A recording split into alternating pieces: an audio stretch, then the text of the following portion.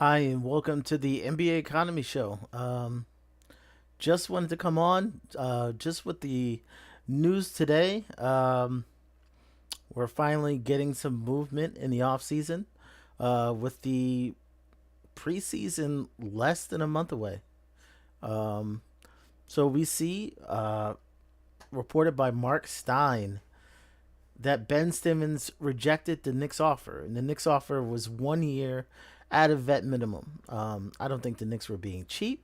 That is all the Knicks could offer. All they had is a vet minimum and a second rounder they can sign. So that's what they offered Ben Simmons. But nobody else was really offering him big money, so you can't necessarily call it lowball. Ben Simmons wanted more money. That's something that we've heard dribbled out over the last few weeks. We know the Celtics were in the mix for Ben Simmons. They do have um, uh, a TMLE they can offer, which is more than us.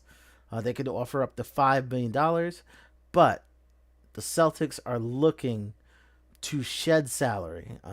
They are very close to the tax line, and I think by the end of the year, if they don't do it, you know, before the season, by the end of the season, they will get under the tax line, and be one of those teams who actually gets a check back from the league.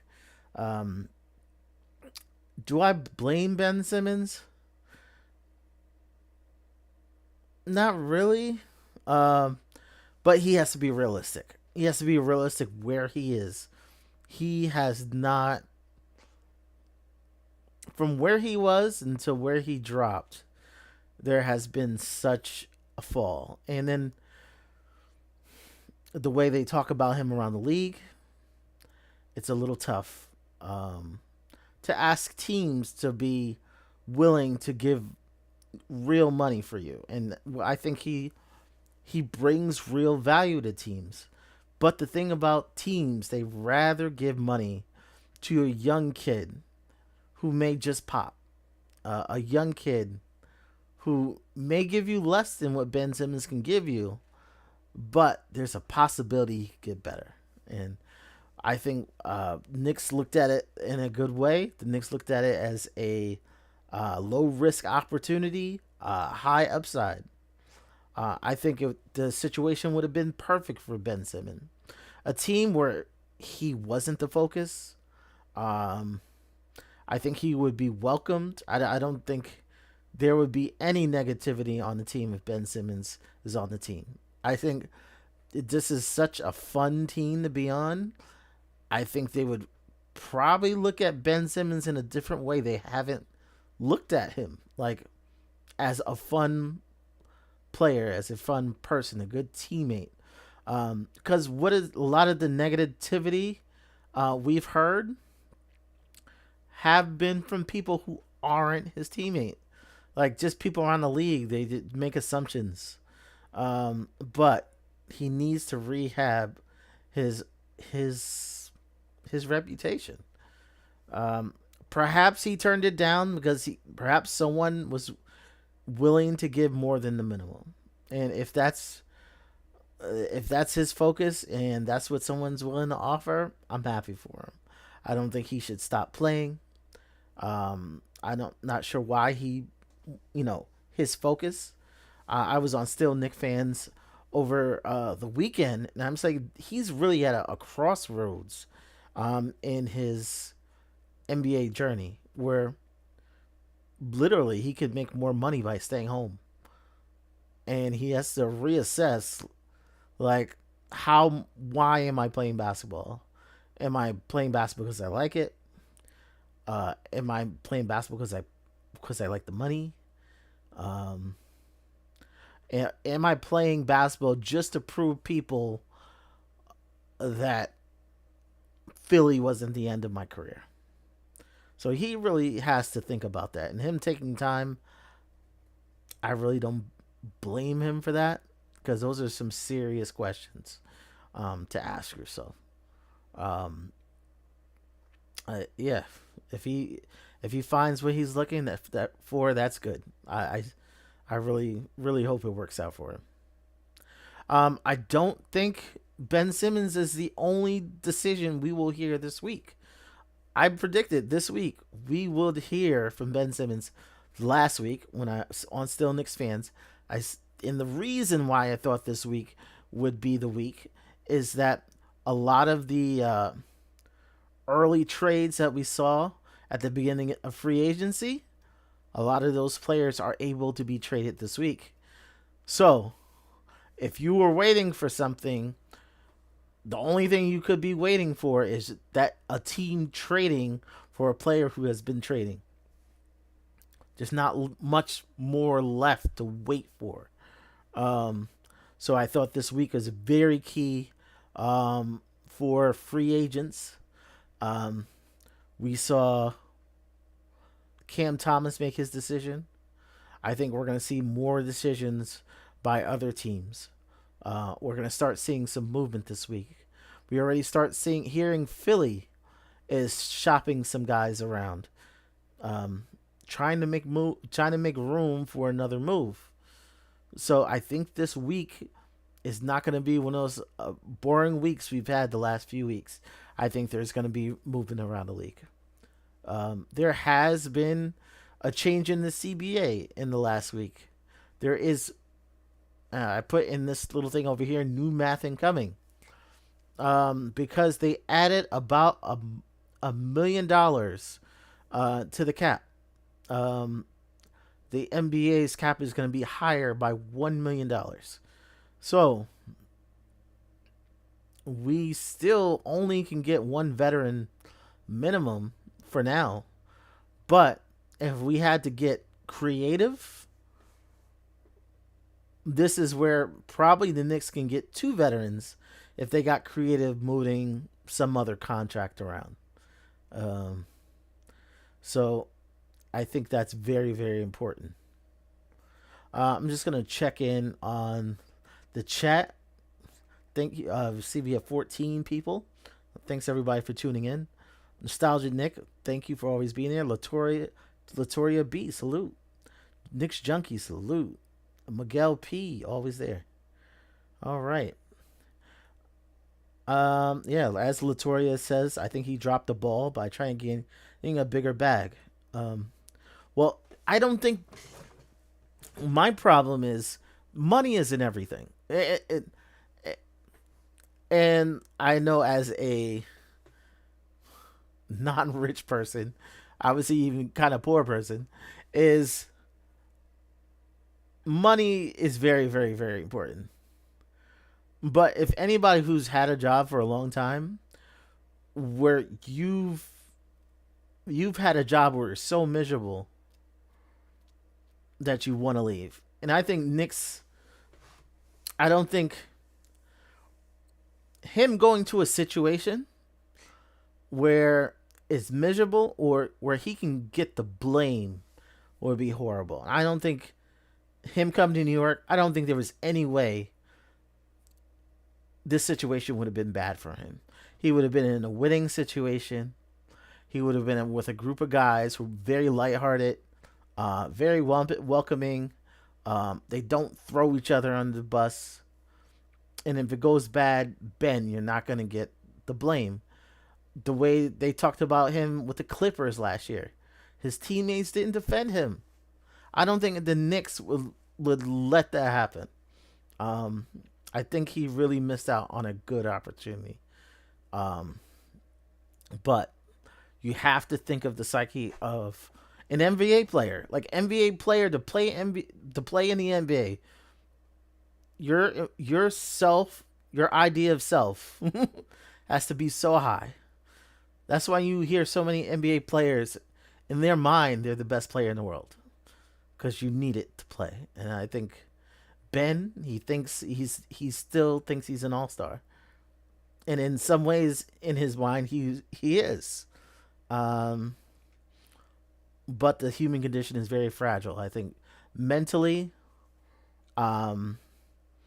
yeah, see, human condition is very fragile. And then when you break it, it's very hard to come back. I'm hoping he's doing the work. I'm hoping he's doing the work where he can get better. I don't think he'll ever be what he was, but I think he could be a lot better than what we've seen. Um, we've heard, you know, he probably thought he was disrespected, like Mikel B said, but teams, the way teams work, when you're out of the NBA, you're out of the NBA. When you taking a dip, your value goes down more than it should. Um, we've seen players do this. What's that? Milwaukee. We saw what's his name on Milwaukee. Players have a down year, and then all of a sudden they're worth nothing. It's not that they're not worth anything, but once your confidence drops, they want you to prove it. And Ben, they really need you to prove it. Um, so enough about Ben Simmons. What about us? What about the Knicks? If we're gonna look at Knicks as a team, Ben Simmons would have been a good player to have as a backup point guard for the Knicks. Um, we we see Tyler Kolek did not impress in the summer league. He physically didn't look ready. He looked like he got physically bullied for most of the beginning of the summer league. He kind of redeemed himself the last few games, but what if Tyler Kolek isn't ready to be the backup point guard? I think you can look at Tyler Kolek as a project, but the other part of it, I think you have to look at Tyler Kolek. If something bad happened with Brunson and he's no longer available for 30 games, could Tyler Kolek hold it down for 30 games? I haven't seen anything that tells me that Tyler Kolek can hold it down for 30 games. Everything tells me that instead of putting Kolek there for 30 games, you'll put Deuce there. And then Deuce isn't a point guard. As much as he tries to act like it, he's not a point guard. You couldn't put Kolek there. So my thought now is, do the Knicks get insurance? Is first Brogdon's available? If Brogdon's available and he's willing to come here, that's an excellent choice. Like, I don't think it skips a beat. Like, but if you can't get Brogdon, do you move some players around? Do you do you trade Kolek to Kolek and maybe an asset to get a decent point guard? Do you call Russell Westbrook, who doesn't quite fit what we're doing, um, and ask him for spot minutes, and he's going to want a bigger piece. He's not going to sit on the bench and take his 12 minutes. And when things go wrong, Westbrook is going to say, hey, I could have contributed. Um, so now you have to weigh these options. None of them are great.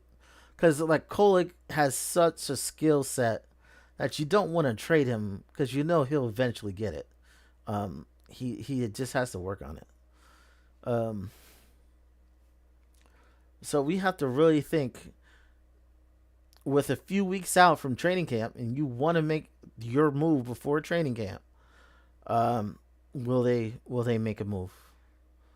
The second thing, I put the name standing on business because Mitchell Robinson had a post last week that he was standing on business, and also in the same post betting on myself. And this year, if Mitchell Robinson wants the contract he deserves, and skill wise, he does deserve 20 plus million skill wise. If you're elite, if you have an elite skill that nobody else has, you should be making good money in the NBA. The thing is, he hasn't been reliable. If his reliability was up, he would be getting 20 easily 20 to $25 million a year. But the Knicks are going to have to be team friendly. The Knicks are going to have to factor in his injury history, because if he gets hurt at any time, they have to be able to trade him. They have to have a contract favorable enough is if he missed half this year, next summer I still should be able to trade him. That's how the contract has to be. And that's why the contract probably isn't going to be that great. I don't think he's going to really like what's offered.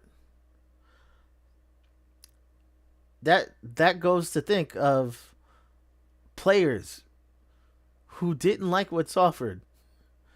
Julius Randle didn't like what's offered. Trade it. We have Quentin Grimes just didn't quite work out. About to be extended. Trade it. Let's see. IQ didn't like the contract numbers. Thought he should be making more. Thought he should have had a bigger role. Trade it. RJ Barrett probably thought he was going to get more, but he accepted the contract. And even though he accepted the contract, eventually he got traded. And that's kind of where Mitch sits. I think if he says he wants to bet on himself, I don't think there's any way the Knicks let him go to next summer and then negotiate. At worst, Knicks, and that's even a risky thing. You let him start the year, and around December, he doesn't like what's offered. You trade him. The downside of that is you can let him start the year, and he gets injured. I mean, he can even get injured for 10 games and come back. That's enough to like kill his value enough that you're not going to increase your offer. And then at that point, you got to trade him if he's still going to bet on himself. This is a decision time. This is the time of year where the harder decisions, like things you've been putting off all summer. Last year, Randall, that decision, we thought, was it July? Was it like July 7th? And it was just quiet. And everybody's assumption, our assumption is, they'll just go into the year and then they'll figure it out. Trade it right before a training camp. So 2 weeks before a training camp, keep our eyes peeled. Am I going to speculate on what the Knicks are going to do?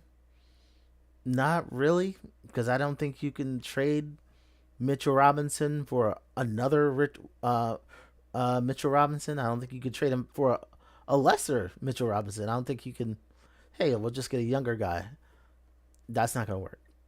Like, if you're going to trade Mitchell Robinson, you're going to trade him for something different. And then you're going to have to fill the hole of Mitchell Robinson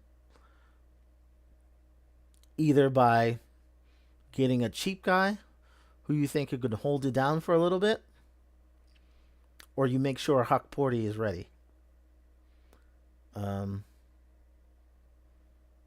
Yeah. That's the tough decision. I'm just gonna look in the chat. Miguel P.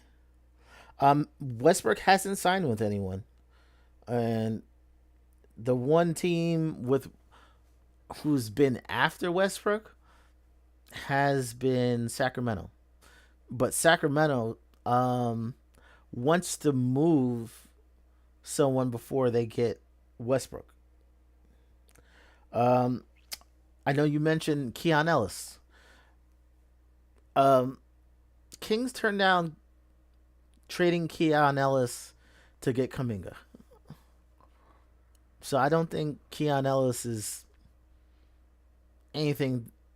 I don't think that's really gonna happen for the Knicks because a lot of people, they quote the Sporting News, who put an article and said, hey, you give him Deuce, and then you'll give him the Washington pick, the protected pick.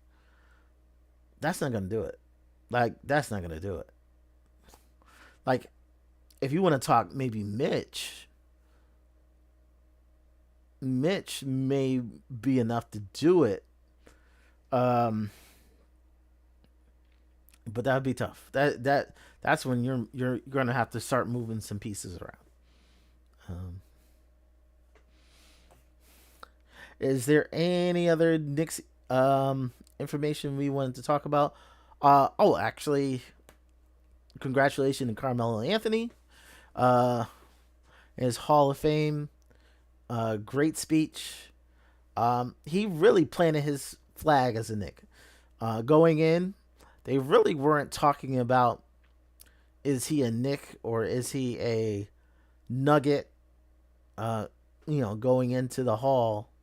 But he firmly said that he is a Knick, and I think that's going to lead to his jersey being retired. There's a lot of controversy with people saying it shouldn't be retired. It absolutely should be retired. Um, I think that'll happen next year.